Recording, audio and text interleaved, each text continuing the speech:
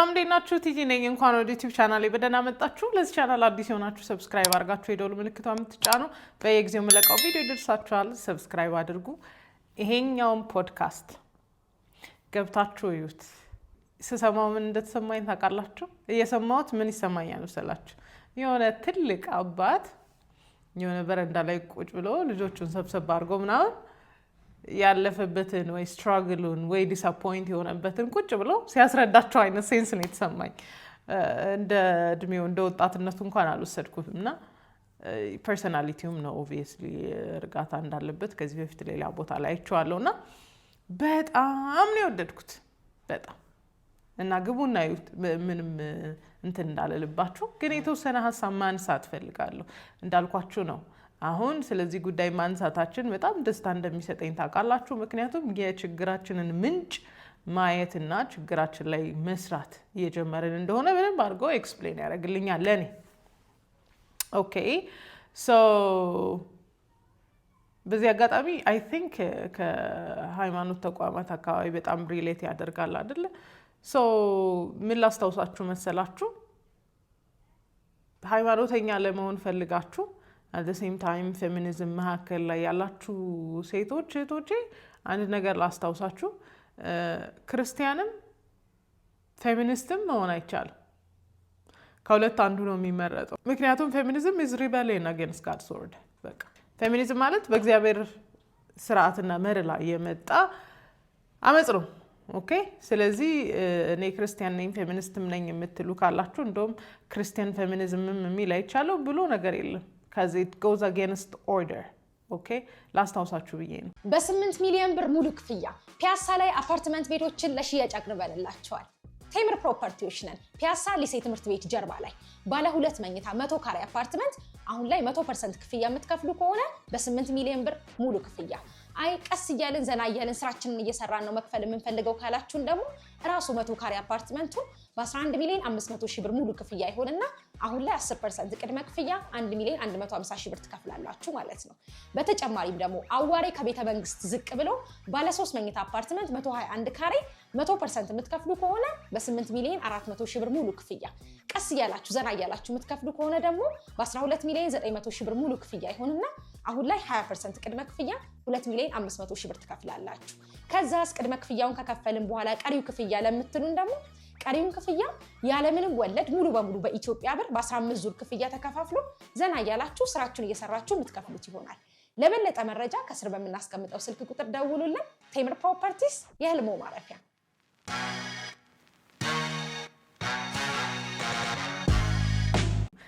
ኦኬ ሶ ካነሳቸው በጣም ብዙ ፖይንቶች መካከል እኔ ማንሳት አልፈልግም ምክንያቱም ገብታችሁ እንድታዩት ስለምፈልግ ግን ጥቂት አይነት ፖይንት ላንሳ ከወንዶች ጋር በተያያዘ እኔም ከዚህ በፊት ስናገር የነበረውን ሐሳብ የተናገረው ፓርት አለ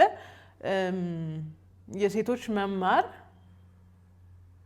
ወንዶች ላይ ተጽዕኖ አይፈጥርም የሴቶች ኤክሴል ማድረግ ወንዶች ላይ ተጽዕኖ አይፈጥርም ነገር ግን ሴቶች የሚማሩበትና ኤክሴል የሚያደርጉበት ፐርፐዝ ነው ማተር የሚያደርገው ሴቷ ሬቤሊየስ ለመሆንም ወይም ደግሞ ጤናማ ትዳርና ቤተሰብ ውስጥም ለመቀጠል የሚያረጋት የምትማርበት የምትሰራበት ፐርፐዝ ነው አላማው ኦኬ ብዙ ጊዜ የካዳችሁ ያላችሁ ብዙ ሰዎች አላችሁ ኢትስ ኦኬ ከወንድ በታች እንዳትሆኚ የወንድ እጅ እንዳታይ እንደዚህ እንዳትሆኚ አትማሪና ገረድ ትሆኛለሽ ቁጭ ብለሽ ልጅ አሳዳጊ ትሆኛለሽ ተብለን ያደግን ልጆች there is no way የምንማርበትና የምንሰራበት ፐርፐዝ ለኤክሰለንስ ብቻ እንደማይሆን መቼም ግልጽ የሚሆንላችሁ ይመስለኛል እኔ ሳስብ ኦኬ ሶ እንዳለው የሴቶች መጀገን የሴቶች ጎበዝ መሆን አይደለም ስጋቱ የሴቶች ጎበዝ መሆንና መጀገን in the cost of ወንዶች መሆኑ ነው ወንዶችን እያደከሙ መሆኑ ነው ከባዱ ነገር አሁን የትኛውም ዓለም አቀፍ ተቋማት ላይ ብታዩ እያንዳንዱ emphasis ለሴት ነው የሚሰጠው feminization of institution አለ በቃ ተቋማትን በአጠቃላይ ለሴት ብቻ እንዲጠቅሙ እያደረጉ እየሰሯቸው ነው ያሉት so with this ተጠቅታለች ተጎርታለች የተባለችው ሴትን ብቻ ቤኔፊት ሲያደርጉ እና እቺ ሴት ኤክሰል ስታደርግ ወንዶችን አለማሳነስ ወንዶችን የበታች አድርጋ ማየት አለመጨቆን አትችልም። ለዚህ ነው ወንዶች በመከራ ሲያልፉ የሆነ ችግር ምናምን ሲደርስባቸውና የሆነ ሶሻል ሚዲያ ሜት ላይ ሲታዩ ምዕራባዊ ዓለም ላይ ተለምዷል። በቃ ሳይ ማለት እንኳንም ድሮም እንዲህ ነው ያረጋችሁን አይነት ነገር የተለመደ ነው። ኦኬ ሶ ሴቶች ኤክሴል ያድርጉ፣ አዎ። ሴቶች ይማሩ፣ አዎ። ሴቶች ጥሩ ስራ ይስሩ፣ አዎ። ግን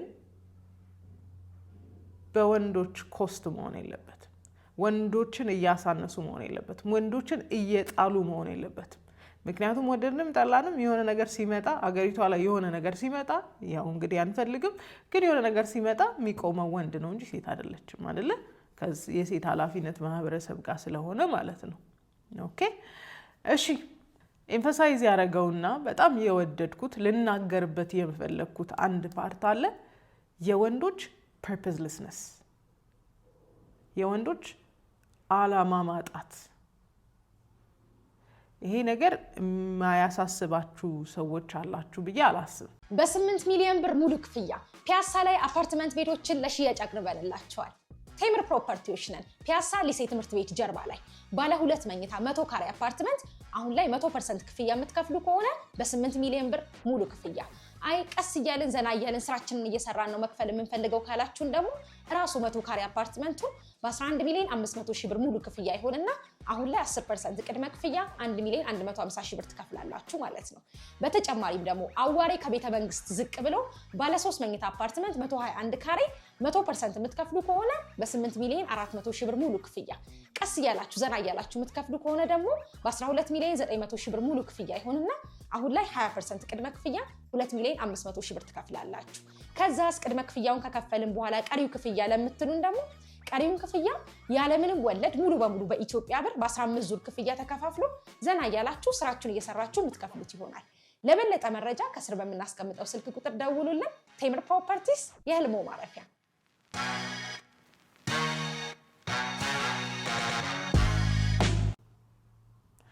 ወንዶች እንዲሆናል ብለን ኮምፕሌን የምናደርግንን አይደለ? ወንዶቹ ይሄና ያንን የሚያረጉበት እንዲና እንዲህ ልሁን የሚሉበት ዋና ድራይቭ ዋና የሚፈጠሩበት አላማ ከተሳተ የቆየ ይመስለኛል። እንዳልኳችሁ ለዚህ ብዙ ፋክተር አለ አይደለ? እያንዳንዱ ነገር ማስኪሊኒቲን አታክ እያደረገ ወይም ወንድነትን አታክ እያደረገ ሲመጣ ወንዱን ይሄ ነሆለል ማድረግ ዝም ብሎ የሚኖር ማድረግ ወንዱን ወደ ሴት ልብ ማውረድ። እዚህ ጋር እንደውም ትንሽ አልተመቻትም ነበር። ወደ ሴት ልብ ማውረድ ማለት ባሳነስ አይደለም። ከጀግንነቱ ከወንድነቱ ወንድ ከሚያደርገው ነገር ወደ ሌላ ማንነት መውሰዱ ማህበረሰቡን ዋጋ ያስከፍለዋል። አገሪቷን ዋጋ ያስከፍላታል። እያንዳንዱ ነገር ዋጋ ያስከፍለዋል። ኦኬ የወንዶች ፐርፐዝለስነስ በደንብ የሚታየን ካልሆነ እኔ የተወሰኑ ነገሮችን እስቲ ሊስት ላድርግላችሁ። አንዴ ጆርዳን ፒተርሰን ምን ሲል ሰምቼዋለሁ። ወንድ ልጅ የሚኖርለት ኃላፊነት ስትራይቭ የሚያደርግለት ነገር ስራ ወይም ደግሞ ትልቅ ግብ እስከሌለው ድረስ ሰንስ ኦፍ ሚኒንግ ያጣል ወይም ትርጉም ያጣል ብሏል። ከዚህ በፊትም የእንትናን ሀሳብ ነግሬያቸዋለሁ። የወንዶች ፐርፐዝለስነስ ከአዶናይ ጋር በተያያዘ የሰራሁት ቪዲዮ አለ። ከጊዜ በኋላ ወንዶች ተከታይ፣ ወንዶች እሺ ባይ፣ ወንዶች ሀሳብ የሌላቸው፣ ወንዶች ግብ የሌላቸው መሆናቸውን ብዙ ሁኔታ ላይ እያየን ይመስለኛል። እኔ ይሄ ነገር ቁልጭ አርጎ የሚያሳየን ሶሻል ሚዲያ ነው ብዬ አስባለሁ። አንዳንዴ እንደው ወንዱ ፐርፐዝለስ ነው አይደለም የሚለውን ነገር ምናልባት ጠዋት ተነስቶ ስራ ከሚሄደው ሰውዬ ጋር ላታዩ ትችላላችሁ። ሶሻል ሚዲያ ላይ ግን ስታዩ ወንዱ ገንዘብ ከማግኘት ውጪ፣ ወንዱ የሆነ ፌም ከማግኘት ውጪ በጣም ስትራይቭ ሊያደርግለት የሚፈልግ ነገር አለመኖሩ ሶሻል ሚዲያ ላይ በደንብ የምታዩት ይመስለኛል። ገንዘብ ማግኘት እፈልጋለሁ ይላል። ገንዘብ ለማግኘት ኢንተግሪቲውን ክብሩን ምናምን ነገር ይጥላል። ገንዘብ ከመጣ በኋላ ፌም ከመጣ በኋላ ያንን ነገር ኤክስኪዩት የሚያደርግበት አቅም የለውም። ምክንያቱም ኢኒሻሊ መጀመሪያም ጀምሮ ፐርፐዝ የለውም። ፐርፐዙን ያደረገው ገንዘብ ማግኘት ሊሆን ይችላል። ስለዚህ ገንዘብ ማግኘት የትኛውም መንገድ አገኘው። ከዛ በኋላ ግን ያንን ገንዘብ ራሱ ለምን መጠቀም እንዳለበት የሚያውቀው ነገር የለም። ምክንያቱም እኖርለታለሁ የሚል ግብ ስለሌለው፣ እኖርለታለሁ የሚል አላማ ስለሌለው፣ እኖርለታለሁ ብቻ ሳይሆን እሞትለታለሁ የሚለውም ግብ የለውም። ወንዱ ደስታይስ የለውም። እኔ አይ ዶንት ኖ በጣም ሴቶች በጀገኑ ቁጥር ለምን እንደ አቺቭመንት እንደምናየው አላቅም። ሴቶች እኮ መጀገን ሳይሆን መለስለስ ነበር የሚጠበቅባቸው። the other way around ወንዱ ነበር መጀገን የነበረበት። ወንዱ ነው 3 4 5 ስራ መስራት የነበረበት፣ ሴቷ አልነበረችም። ግን ኢንቨርትድ የሆነ ሮል በተሰጠን ቁጥር ወንዱ እዛ ጋር ደክሟል፣ ሴቷ ግን ኃይለኛ እየሆነች ነው የምትመጣው። ይሄ ከላይ ሲታይ በጣም ሊጠቅም ይችላል። በጣም ድሬን የሚያደርገው ኤግዞስት የሚያደርገው ግን ሴቷን ነው። ኦኬ። ስለዚህ በጣም የወንድ ፐርፐዝለስነስ ወይም ደግሞ አላማ ቢስ ህይወት፣ ግብ የሌለው ህይወት በደንብ እየተፋፋመ እንደሆነ በደንብ የምናየው ይመስለኛል። እኔ የተወሰኑ ምክንያቶች አሉ ብዬ አስባለሁ። እስቲ ከኔ ሀሳብ ጋር የምትስማሙ ከሆነ ሀሳባችሁን ታስታውቁኛላችሁ። አይ በዚህ ምክንያት ነው ወንዱ ፐርፐዝለስ የሆነው የምትሉኝ ካላችሁ እስቲ ትጽፉልኛላችሁ። በመጀመሪያ ለወንዱ ፐርፐዝለስነስ እንደ ምክንያት አድርጌ የምወስደው ዘመናዊነት በመጣ ቁጥር ሶሳይታል ኖርማችንን ወይም ደግሞ የማህበረሰቡን እሴት እያሻሻልን ስንመጣ፣ ዘይቤዎቻችን እየተሻሻሉ ሲመጡ፣ እየዘመንን ስንመጣ ይሄ መስመር የነበረው ክሊር የነበረው የወንድ እና የሴት ሚና የሚባለው ነገር ላይ ብለሪ ላይን መኖሩ ወይም ደግሞ ወንዱም ሴቷም አንድ አይነት ነገር ማድረግ ይችላሉ፣ ወይም ደግሞ ወንዱ ሊሰራው የነበረውን ትክክለኛ የጾታ ሚናውን ሲያጣ ወንድ ልጅ ፐርፐዝለስ ይሆናል። ይኸውላችሁ ባኪነ ዴይዝ በአያቶቻችን ዘመን ወደዳችሁም ጠላችሁም ወንዱ ሳይወድ በግዱ ቃል ገብቷል። ቴክር ታደርጋለህ ወይ? አዎ ምን አለ ተብሎ ቃል ገብቷል የዛኔ ሽምግልና። ስለዚህ ወደደም ጠላም ፕሮቫይድ የማድረግ ለሚስቱ የማቅረብ እሷን መምራት እሷን ከአደጋ የመጠበቅ ኃላፊነትና ግዴታ አለበት። ክሊር ሮል አለ። ልክ እናቶቻችን ጋር ሲመጣ ከደርግ ስርዓት በኋላ እኩልነቱ ሲመጣ ክሊር የሆነው ኖርም ክሊር የነበረው የጾታ ሚና ብለርድ ሆነ። እሱ ሰነፍ ከሆነ እሷ ጎበዝ ትሆናለች፣ እሱ ማይሰራ ከሆነ እሷ ትሰራለች። ስለዚህ መጀመሪያ ላይ ስንኖርበት የነበረው ሃይማኖት ቤቶቻችን ላይ የነበሩት ክሊርሊ የተጻፉት የጾታ ሚናዎች ብለር ሲሆኑ ወንዱም ፐርፐዝለስ ያደርገዋል። ሮጦ ገብቶ ወጥቶ ፕሮቫይድ ማድረግ የተገባው ባል ኃይለኛ ሚስት ሲኖረው፣ አለውልህ የምትል ሚስት ሲኖረው ለዘብ ማለቱ አይቀርም። ኢን ዘ ኤንድ ዲፔንደንት መሆኑ አይቀርም። እና ክሊር የነበረው የጾታ ሚናዎቻችን ራሱ መደርመሳቸው ወንዱን ፐርፐዝለስ እንዲሆን ወይም ደግሞ ያለ ትጋት የሚኖር ወንድ እንዲሆን አድርጎታል ብዬ አምናለሁ። ምክንያቱም እሱ ከደከመ እሷ ትሄዳለች፣ እሱ አልሰራ ካለ እሷ ሰርታ ታመጣለች። ቢዝነስም እንዲህ ብላ ገብታም ወጣም ታመጣለች። ስለዚህ ለምንድን ነው ቤተሰቡን ማኖር በራሱ ፐርፐዝ የሚሆንለት? ቤተሰቡን ማኖር ለቤተሰቡ መሞት በራሱ እንደ ፐርፐዝ አይቆጠርማ፣ እንደ ግብ አይቆጠርማ። ከዚ እሷም ጠንካራ ናት፣ እሷም ዘ ሴም ቲንግ ማድረግ ትችላለች። ሌዲዝ እኩልነት is a scam. I keep on telling you እኩልነት is a scam. የገባን አይደለም፣ አንድ ቀን ይገባቸዋል። እኩልነት ብለው ያመጡልን ነገር በጣም እስካም ነው። እኛን ሴቶቹን ነው ደብል በርደን እያደረገን ያለው። ሌላ ነገር ወንዱን ፐርፐዝለስ አረገው ወይም ደግሞ አላማ ቢስ አረገው ብዬ ማስበው ኮንፈርት ነው። ከዚህ በፊት ጠቅሼላችኋለሁ። ከዚህ በፊት ወንድ ልጇን ለአባት የምትሰጥ እናት፣ ወንድ ልጇን ለማጀገን ስትራይቭ የምታረግ እናት፣ ሂድ ከአባት ጋር የምትል እናት ወንድ ልጇን ቡና አጣጯ ስታረግ፣ ወንድ ልጇን ችግር ፈቺዋን ስታረግ ወንድ ልጇን እንደ ባል ማየት ስትጀምር ወንድ ልጇን ኮድድ ታደርገዋለች በእሷ ስር ስለሆነ ማለት ነው። እሹሩሩ ትለዋለች። እና ያን እሹሩሩ የለመደ ወንድ ያን ኬር የለመደ ወንድ ጥንክር ብሎ ኃላፊነትን ለመወጣት አይሞክርም። በጣም ሴፍቲ ያለበት ኮምፎርታብል የሆነ ህይወት ካለ ስትራይቭ ለማድረግ ለመለወጥ ለማደግ ብዙ ምክንያት አይሆንም። በየፊልሞቻችን ላይ መቼም አይታችሁታል። ድሃ ቤት ውስጥ ያለ ወንድ በጣም ነው የሚጣጣረው፣ በጣም ነው የሚለፋው። the other way around በጣም ሀብታም ቤት ውስጥ ያሉ ወንዶች ደግሞ ለምን ይለፋሉ? ሁሉ ነገር በእጃቸው ላይ አለ ራይት። ስለዚህ ኮምፎርት ምቾት ያለበት ቤት ውስጥ የሚኖር ኢኮኖሚካሊ ብቻ አይደለም ኢሞሽናሊ በጣም ኮምፎርታብል የምንሆንለት ወንድ ፐርፐዙን ፈልጎ ይኖርለታል ብዬ አላስብም። ወንድ ልጅ ፊክስ ከማድረጉ ነገርን ከመፍታቱ ያለፈ ዲፔንደንት እንዲሆን በጣም ብዙ እናቶች እናደርጋለን። በህይወት የምፈራው ነገር ይሄ ነው እና ብዙ ቤት ውስጥ ከእንደዚህ አይነት ነገሮችን ከማድረግ ይቆጠባለሁ። በይበልጥ ደግሞ የኔን ኢፈርት የሚፈልግበትን ነገር ላለማድረግ በጣም ስትራይቭ አደርጋለሁ። በጣም የገረመኝን ነገር ልንገራችሁ። የኩሽናዬ ማብራት ተቃጥሏል እና 1-2 ቀን ፈጀብኝ ለማስተካከል እና ልጄ ውሃ ምናምን ራሱ ነው የሚወስደው፣ እኔ አላረግለትም። ከዛ አንዳንድ ብዙ ነገሮችን ራሱ ነው እንዲያደርግ የማደርገው። ኦኬ ሶ ማታ ነው፣ ማብራት የለም። ኩሽና ገብቶ ውሃ መቅዳት አለበት፣ ውሃ መጠጣት አለበት።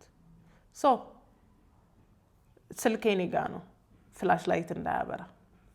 ሶላር የለኝም። የሳሎኑ መብራት ትንሽ ራቅ ስለሚል አይታይም፣ ብዙ አይታይም። you know what he did? ምን እንዳደረገ ታውቃላችሁ? ፍሪጁን ከፍቶ በፍሪጁ መብራት ሲጠቀም ነበር። እና አንድ ቀን አልገባኝም እንዴት በጨለማ ምናምን ብዬ ዝም ብያለሁ።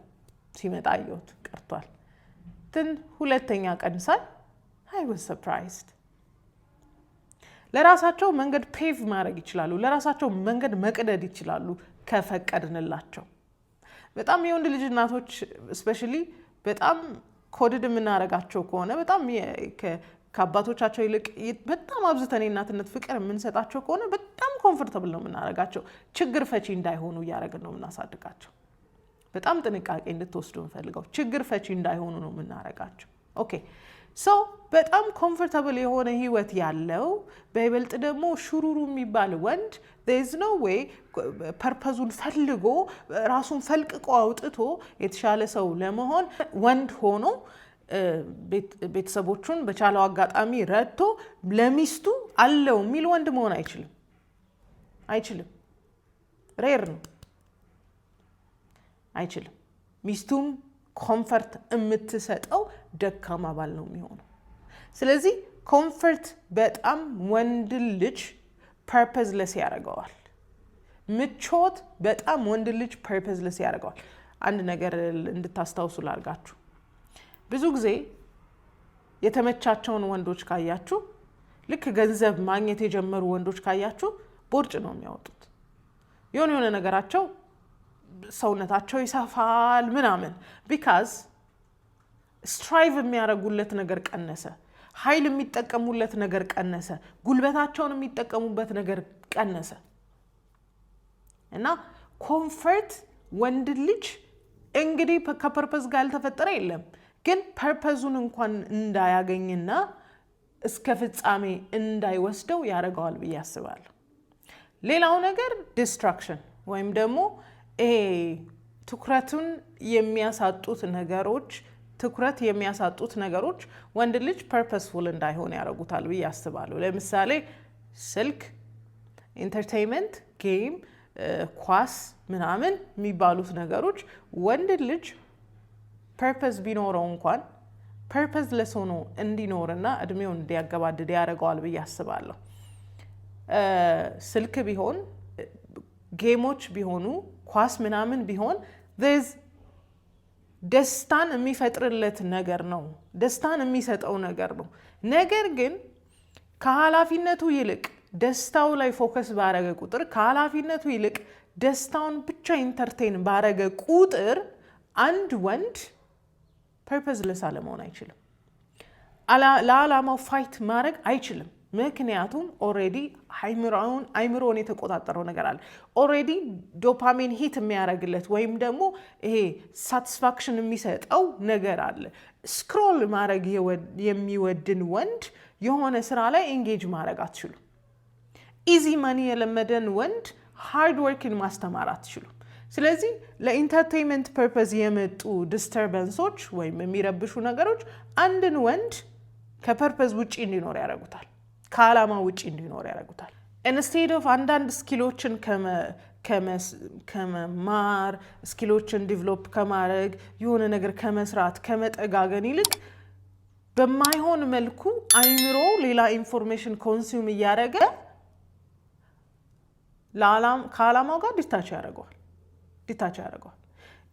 ኢንተርቴንመንት በጣም ቆንጆ ነገር ነው። እኔ እንደውም በጣም ደስ የሚሉኝ ሰዎች ምን አይነት እንደሆኑ ታውቃላችሁ? ትልልቅ ሰዎች ሆነው ወንስ ነው ዊክ ምናምን እየተገናኙ ኢንተርቴን የሚያደርጉ ወንዶች ምናምን ደስ ይሉኛል። ግን ከዛ ባለፈ ለምሳሌ 24/7 አይምሮ ውስጥ ኳስ ካለ 24/7 ቲክቶክ ስክሮል ማድረግ አይምሮ ውስጥ ካለ you've lost it ወንድም አለም you lost it ማለት how do you expect አንድ ሴት ልጅ እንዴት ነው ዲፔንድ እንድታረግብህ የምትጠብቀው when you are distracted? እንዲህ የምታየው መንገድ የለም፣ እዚህም ነው። ስለዚህ ዲስትራክሽን በራሱ ፐርፐዝን ያሳጣሃል። ይሄ የምታያቸው ነገሮች በጣም ኢንጌጅ የምታረግባቸው ነገሮች ከህልም ጋር ከማን የምትኖርለት ዓላማ ጋር እንዳትገናኝ ያደርጋል። ብዙ ጊዜ ዲስትራክትድ የምትሆኑ ወንዶች በጣም ሰነፎች ስለሆናቸው አይደለም፣ አይምሯችሁ ኢንስታንት ግራቲፊኬሽን ስለሚለምድ ነው። ቶሎ የሆነ ሳቲስፋክሽን ስለሚያገኝ ግብ፣ አምቢሽን ምናምን የምትደርሱበትን ቦታ ሪፕሌስ ያደርገዋል፣ ይተካዋል ሳታስቡት።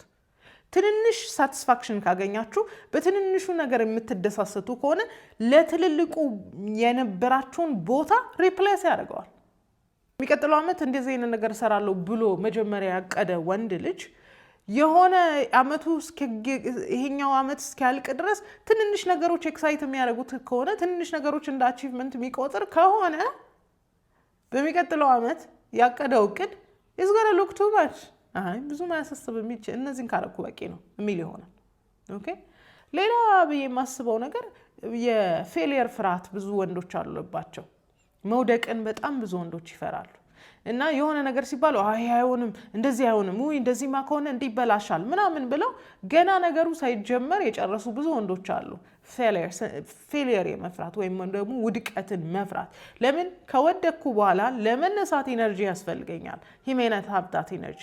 አንድ ወንድ ልጅ ሰክሲድ እንደማያደርግ ካሰበ ወይም ደግሞ ሰክሰስፉል ለመሆን ስኬታማ ለመሆን በጣም ዋጋ እንደሚያስከፍል ካሰበ መሞከር ራሱ አይፈልግም። ግን ማላዘን ይችላል። ማላዘን ላይ ጎበዝ ነው። ኢዮብ ሲናገር ሰምቻለሁ።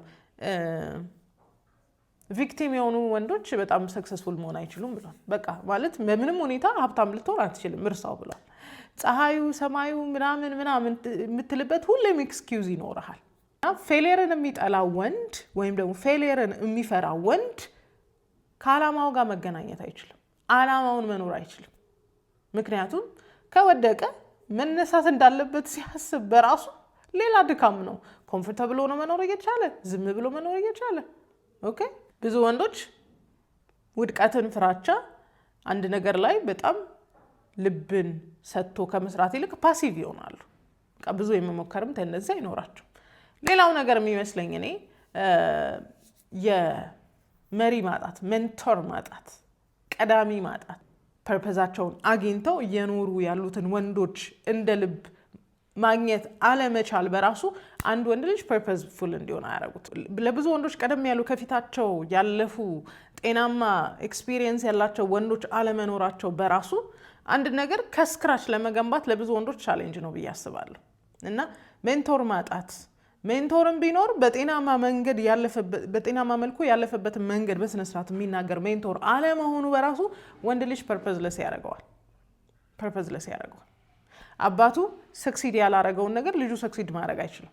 አባቱን ተውት ከዙሪያው ጤናማ ሰክሰስፉል በሚገባ እና በቀጥተኛ መንገድ ውጤታማ የሆነን ሰው ካላየ ከሌ ብሎ እንደ ቀዳሚ ሊያየው አይችልም። ስለዚህ ሜንቶር ማጣት በራሱ በጣም ከባድ ወንድ ልጅ ፐርፐዝለስ ከሚያደርገው ምክንያት አንዱ ነው። አሁን ላይ ሁሌ እምላችኋለሁ ወንድነት ላይ የተነሳ ከፍተኛ ጦርነት አለ። ወንድ ልጅ ወንድ እንዳይሆን የእግዚአብሔር መልክና ምሳሌ የሆነው ወንድነቱን ኤክስኪዩት እንዳያደርግ በብዙ ነገር ጫና ውስጥ እንዳለ ይገባኛል።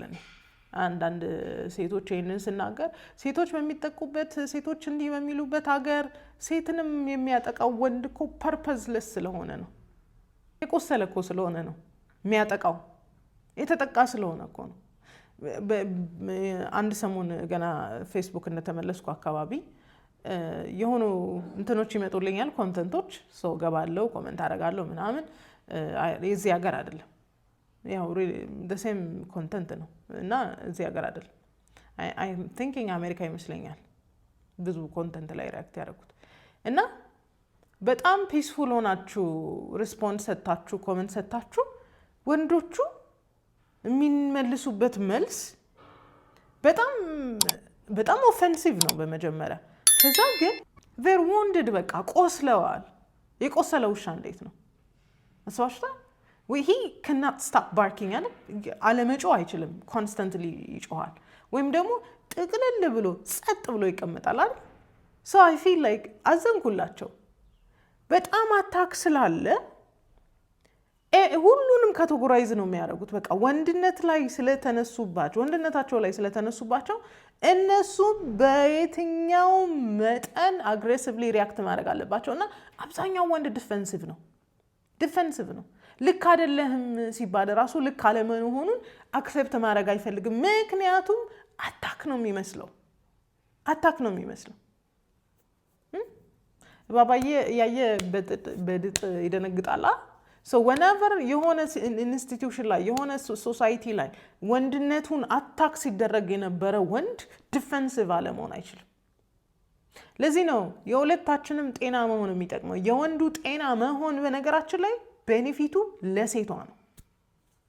የወንዱ ሰላማዊ መሆን ቤኔፊቱ ለሴቷ ነው። ባልሽ ጤናማ ቢሆን የሚጠቅምሽ ለአንቺ ነው፣ ለእኔ አይደለም፣ እኔ አላውቀው። ባልሽ ኢንካሬጅድ ቢሆን የሚጠቅምሽ ለአንቺ ነው፣ ለእኔ አይደለም፣ እኔ አላውቀው። ስለዚህ ኢንስቴድ ኦፍ ወንዶቻችንን ፐርፐዝለስ ከሚያደርጋቸው ነገር ጋር ፕሬስ ከማድረግ ደስታችንን ከመግለጥ ይልቅ ወንዶቹ ፐርፐዝለስ ሲሆኑ ወንዶቹ የሚኖሩለትም የሚሞቱለትም አላማ ሲያጡ ወንዶቹ አላማ እንደሚያደርጉን አይታችሁ የምታደርጉትን ነገር በማስተዋል እንድታደርጉ ፈልጋለሁ። ይህንን ስናገር ብዙዎች ከዚህ በፊትም ተቃውሞ ደርሶብኛል። የወንድ ልጅ አላማ ሴት መሆን የለባትም። የወንድ ልጅ አላማ ሚስትና ትዳር መሆን የለበትም ነበር። አሁን ላይ ሰርጋቸው፣ ሽምግልናቸው በጣም ኤክሳይት የሚያደርጋቸው ወንዶቹ ናቸው ከሴቶቹ ይልቅ። ፐርፐዝለስነስ። ወንድ ልጅ ፐርፐዝ ሲያጣ ፐርፐዙ ሚስቱ ትሆናለች። ወንድ ልጅ ራዕይ ሲያጣ፣ ስራ ሲያጣ ሚስቱ አብራው ያለችው ሴት ራዕዩም ስራውም ትሆናለች። ለዚህ ነው ያላንቺ አልኖርም ከአንቺ ውጪ ኑሮ ምናምን የሚለው። ምክንያቱም የሚኖርለት ምንም አይነት ፐርፐዝ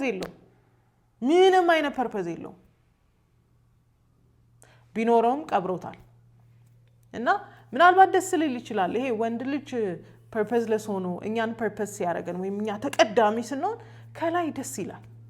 ለሴት ልጅ ግን ኤግዞስቲንግ ነው፣ በእውነት አድካሚ ነው። ይሄ ነገር ያልገባችሁ ቆይቶ ይገባችኋል ብዬ አስባለሁ። ግቡና እዩት ባካችሁ፣ ግቡና እዩት። ወንድ ልጅ የተጠራው ለሆነ ራዕይ ሊኖርና ሊሞት ነበረ። ያንን ነው ከእጁ ላይ የመቱበት ያሉት። ስለዚህ ብቻ ብዙ ነገር አውርቷል። ቁጭ ብላችሁ እዩት። በጣም ቀስ እያሉ ስለሚያወሩ ታይምስ 1 ወይ ታይምስ 1.5 ምናምን ወይ 2 ብታረጉትም ሀሳቡን አያመልጧችሁም። ገብታችሁ እዩት፣ በጣም ትወዱታላችሁ። ፐርፐዝለስነስ የሚሰማችሁ ወንዶች እና ሴቶቻችሁን አንግሳችሁ ያላችሁ ሴቶቻችሁ ፐርፐዝ የሆኑላችሁ ወንዶች ራሳችሁን ጎድታችሁ ሴቶቻችሁን ነው የምትጎዱት። ስለዚህ ወደ ራዕያችሁ ወደ አላማችሁ ተመለሱ። አይ ሆፕ ሴቶችዬ እኔን እንትን ካላረገኝ እኔ ተቀዳሚው ካልሆንኩ እኔ መጀመሪያው ካልሆንኩ እኔ ምናምን ካልሆንኩ እንደማትሉ ተስፋ አድርጋለሁ። ወዳችኋለሁ።